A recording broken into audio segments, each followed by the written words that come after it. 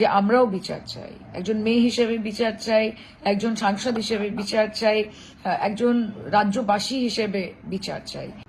নমস্কার। আজকে আপনারা প্রত্যেকে দেখেছেন যে সারাদিন ব্যাপী ছাত্র সমাজের বেগ ধরে এই ভারতীয় জনতা পার্টি এবং তাদের কিছু পলিটিক্যাল ফ্রিঞ্জ এলিমেন্ট, তাদের কিছু শাখা সংগঠন, তারা শান্ত বাংলাকে অশান্ত করার চেষ্টা করেছে। And they have try to cause severe breach in law and order of the state.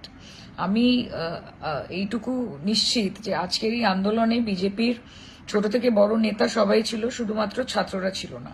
And they have continuously try to instigate and provoke the police administration. তাদের ওপর পাথর ছুঁড়ে, তাদের ওপর চড়াও হয়ে, কিন্তু পুলিশ অত্যন্ত ঠান্ডা মাথায় আজকের গোটা সিচুয়েশনটাকে হ্যান্ডেল করেছে।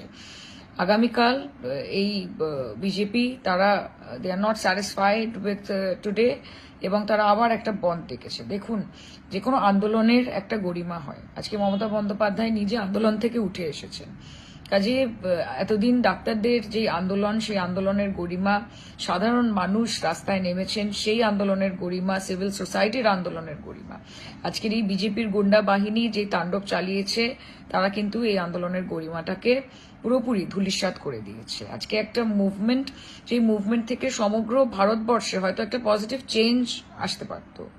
আমি হোপফুল যে আগামী দিনে সেই চেঞ্জ আসবেও। কিন্তু এই গুন্ডা বাহিনী, এই হুলিগানরা এবং এই ভারতীয় জনতা পার্টি, তারা একটা মুভমেন্টকে পলিটিক্যালি হাইজ্যাক করে নোংরা রাজনীতি করছে, এবং এই বন্ধ হচ্ছে তারই আরেকটি নমুনা।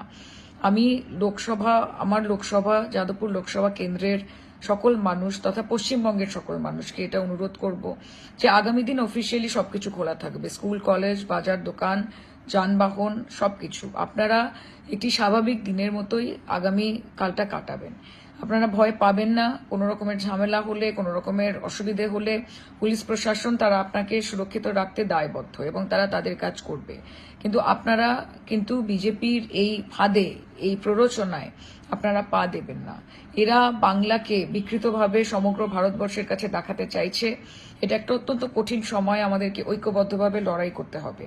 এবং আমি আপনাদেরকে এটুকু আশ্বাস দিতে চাই, এবং আমি আপনাদেরকে এটুকু বলতে চাই যে সেই বিচারটা শুধুমাত্র বাংলার জন্য নয়, সেটা গোটা ভারতবর্ষের জন্য। আমরা নির্ভয়ারও বিচার চাই, আমরা অভয়ারও বিচার চাই, আমরা মণিপুরের বিচার চাই, আমরা বদলাপুরেরও বিচার চাই। আমরা উন্নাও, হাথরাস থেকে শুরু করে আজকে হরিয়ানা, মধ্যপ্রদেশ, আসাম, এরকম রাজ্যে যে একের পর এক মহিলাদের ওপর অত্যাচারের ঘটনা ঘটে চলেছে, তার বিচার চাই।